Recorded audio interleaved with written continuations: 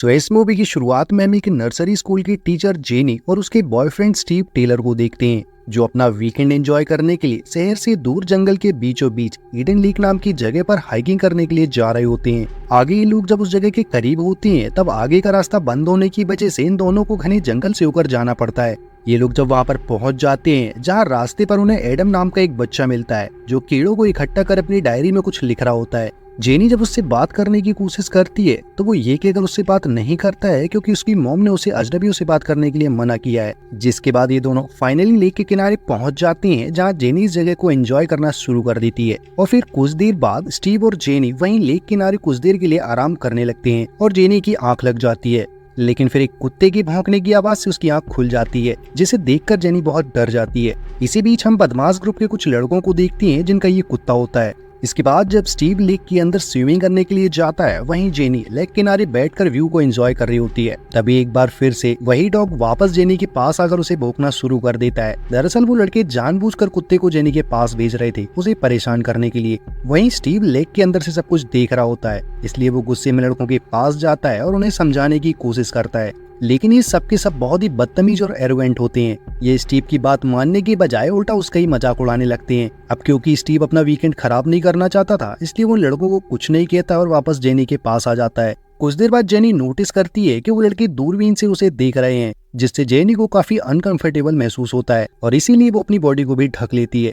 इसके कुछ देर बाद ये लड़के यहाँ से जाने लगते हैं और जाते वक्त उनमें से एक ब्रेड नाम का लड़का जेनी को अपना प्राइवेट पार्ट दिखाकर चिढ़ाने लगता है। तो अब इन लोगों के यहाँ से जाने के बाद जेनी और स्टीव यहाँ पर रात गुजारने की तैयारी करने लगते हैं।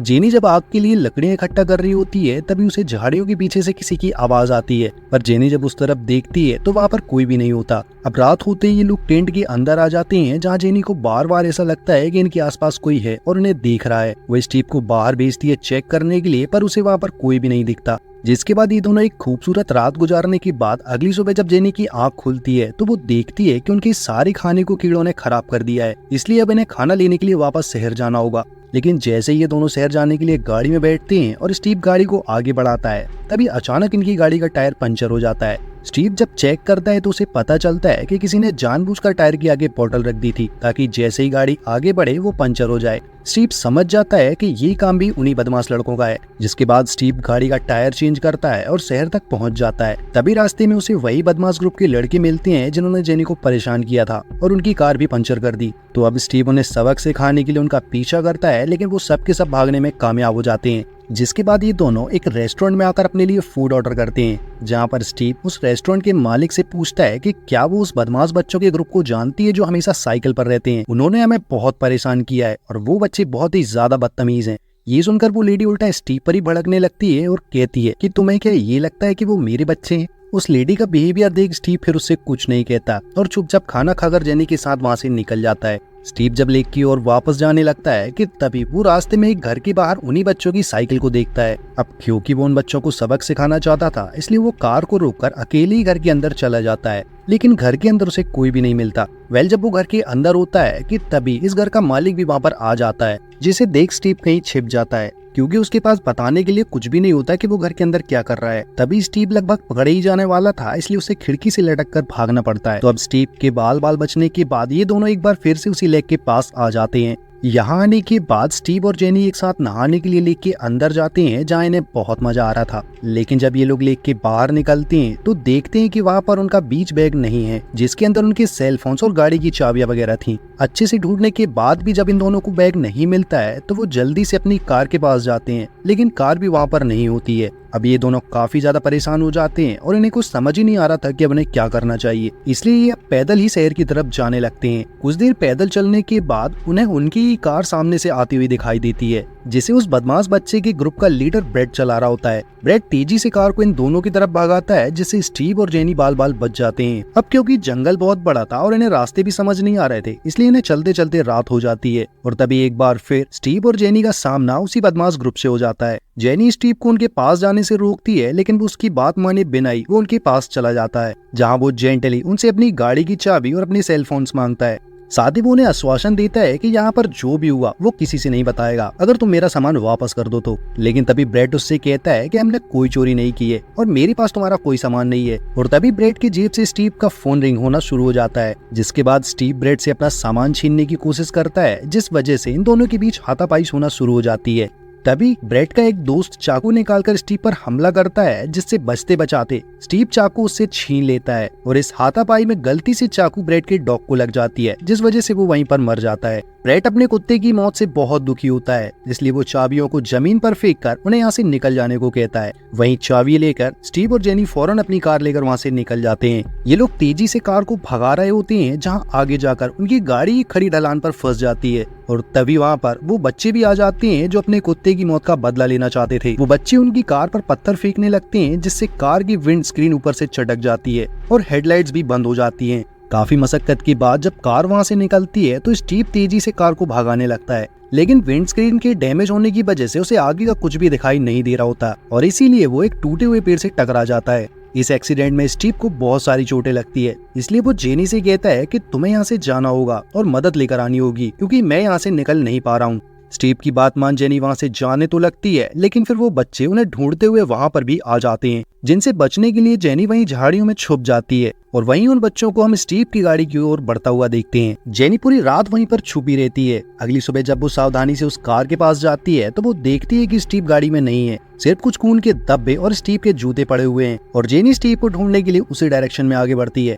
आगे जाकर वो देखती है कि स्टीव को इन बदमाश बच्चों ने कटीली तारों से बांध रखा है और उसे टॉर्चर करने के लिए ब्रेट अपने दोस्तों को उकसाता है और स्टीव पर बार बार चाकू से हमला करवाता है। ये सब देखकर जेनी को दुख तो बहुत होता है, लेकिन वो चाहकर भी उसकी मदद नहीं कर पाती है। लेकिन जब जेनी को एहसास हुआ कि वो लोग उसे मारने वाले हैं, वो स्टीव के फोन को जीपीएस से कनेक्ट करने के लिए ब्लूटूथ का उपयोग करती है, जिससे उसका फोन की रिंग बजने लगती है। और तभी ब्रेट की नजर जब जेनी पे पड़ती है तो वो अपने सारे दोस्तों को उसे पकड़ने के लिए उसके पीछे भेज देता है। जेनी अपनी जान बचाने के लिए जंगल में भागती है, वहीं स्टीव को मौका मिलता है और वो खुद को उन कटीली तारों से छुड़ाकर वहां से भाग जाता है। इधर जेनी भागते भागते एक केबिन तक पहुंच जाती है, जहां छिपकर वो उन बच्चों से अपनी जान बचा लेती है। कुछ देर जंगल में घूमने के बाद आगे जेनी को स्टीव बहुत जख्मी हालत में मिलता है और उसका काफी सारा ब्लड लॉस हो चुका था, जिसके बाद जेनी स्टीव को लेकर एक झोपड़ी में आ जाती है, जहां वो उसके घावों का इलाज करने की कोशिश करती है। इसी बीच यहाँ पर वो सारे बच्चे भी झोपड़ी तक आ पहुँचते हैं, लेकिन उन्हें वहाँ पर कोई भी नहीं मिलता क्योंकि जेनी स्टीव को लेकर झोपड़ी के नीचे पानी में चली जाती है, जिस वजह से बच्चे उसे देख नहीं पाते और वहाँ से चले जाते हैं। तो अब उनके जाने के बाद जेनी स्टीव को पानी से बाहर लाती है और फिर उसे पत्तों में छुपाकर खुद मदद मांगने के लिए वहाँ से निकल पड़ती है। जंगल से बाहर निकलने के लिए जेनी बिजली के तारों को फॉलो करती है, लेकिन जब वो भाग रही होती है तब एक नुकीली लकड़ी उसके पैर के आर पार हो जाती है, जिससे वो जोर जोर से चीखने लगती है और उसकी चीख से ब्रेट और उसके सभी दोस्तों को पता चल जाता है कि जेनी किस तरफ है, इसलिए वो सब उसके पीछे जाने लगते हैं। इधर जेनी किसी तरह लकड़ी को पैर से निकालती है और तभी जेनी के सामने वही बच्चा एडम आता है, जिसे जेनी ने सबसे पहले देखा था। जेनी एडम से उसकी मदद करने को कहती है यहाँ से बाहर निकलने में। एडम उसे अपने साथ तो ले जाता है, लेकिन वो सीधा उसे ब्रेट और उसके दोस्तों के पास ले जाता है, जिसके बाद ब्रेट जेनी और स्टीव को लकड़ियों से बांध देता है, जहाँ स्टीव अब मर चुका है। ब्रेट लकड़ियों पर पेट्रोल डालकर एडम से आग लगाने को कहता है, क्योंकि उसने ही जेनी को पकड़वाया है, क्योंकि वो उनकी गैंग में शामिल होना चाहता था। लेकिन अब इस पॉइंट पर ब्रेट को छोड़कर उसके सारे दोस्त डरे हुए होते हैं और वो लोग ऐसा नहीं करना चाहते थे। तो अब आग लगने के बाद जेनी को जिस रस्सी से बांधा गया था वो जलकर टूट जाती है, जिससे वो आजाद होकर वहां से भागने लगती है। तब ब्रेट उसे रोकने के लिए एडम पर पेट्रोल डालकर उसे धमकी देता है कि अगर वो वापस नहीं लौटी तो वो उसे जला देगा। लेकिन जेनी पहले ही काफी दूर निकल चुकी थी, तब तक एडम जल चुका था। तो अब भागते भागते जेनी को एक जगह पर जंगल का मैप मिलता है, जिसे वो निकाल लेती है। तभी उसे अपने आसपास उन्हीं बच्चों की आवाज आती है, इसलिए वो वहीं पर रखे हुए एक बड़े डस्टबिन के अंदर छिप जाती है। और जब ब्रेट और उसके साथी वहां से चले जाते हैं, तब वो वहां से बाहर निकलकर कांच के टुकड़े को एक कपड़े में लपेटकर खुद को हथियार बंद कर लेती है। लेकिन इसके पहले कि वो कहीं और जा पाती, उसका सामना ब्रेट के एक और साथी से होता है। उसे देखने पर तो ऐसा लग रहा था जैसे वो जेनी की मदद करना चाहता हो, लेकिन वो ऐसा कर पाता इसके पहले ही जेनी उस पर कांच से हमला कर देती है और उसे मार देती है और फिर वहां से भाग भी जाती है। आगे जब ब्रेट को अपने साथी की डेड बॉडी मिलती है तब वो बहुत गुस्सा करता है और वहीं अपने दोस्त की ऐसी हालत देख ब्रेट का एक और साथी यहाँ से निकलना चाहता था, लेकिन ब्रेट उसे जाने से मना करता है और उसे पीटने लगता है। वहीं ब्रेट की बेकाबू क्रूरता से डरकर पेगी भी वहां से भाग जाती है। इसी बीच जेनी आखिरकार सड़क तक पहुंच जाती है। वो एक वैन को रोककर ड्राइवर से मदद मांगती है। वो कहती है कि उस पर हमला किया गया है। ड्राइवर उसकी हालत देख उसे वैन पर बैठा लेता है और उसे बताता है कि वो यहाँ पर अपने भाई की तलाश कर रहा है। दरअसल ड्राइवर का भाई ब्रेड के दोस्तों में से ही एक था और वो उसे बाहर ले जाने की बजाय जंगल के अंदर ले जाता है। आगे जब वो वैन को रोकता है तब जेनी को मौका मिलता है और वो कुछ सोचे बिना ही गाड़ी को रिवर्स करती है और यहाँ से बाहर निकलने के लिए आगे बढ़ती है। रास्ते में उसे वही लड़की पेगी मिलती है जिसे उड़ाते हुए जेनी आगे बढ़ जाती है। यहाँ से भागकर जेनी एक ऐसी जगह पर पहुँचती है जहाँ पर लोग पार्टी कर रहे होते हैं, पर इससे पहले कि वो उन तक पहुँच पाती दर्द और चोट की वजह से वो बेहोश हो जाती है। आगे जब उसे होश आता है तो वो खुद को एक घर के अंदर पाती है। जब वो अपने चारों ओर देखती है तो उसे पता चलता है कि ये घर किसी और का नहीं बल्कि ब्रेड का ही है। तभी ब्रेड अपने घर पर फोन करता है और कहता है कि एक लड़की ने हमारे सारे दोस्तों को मार दिया। ब्रेड के पिता तुरंत समझ जाते हैं कि ये वही लड़की है। जेनी किसी तरह अपने आप को बाथरूम में लॉक कर देती है और उस तरह को अपना हथियार बना लेती है।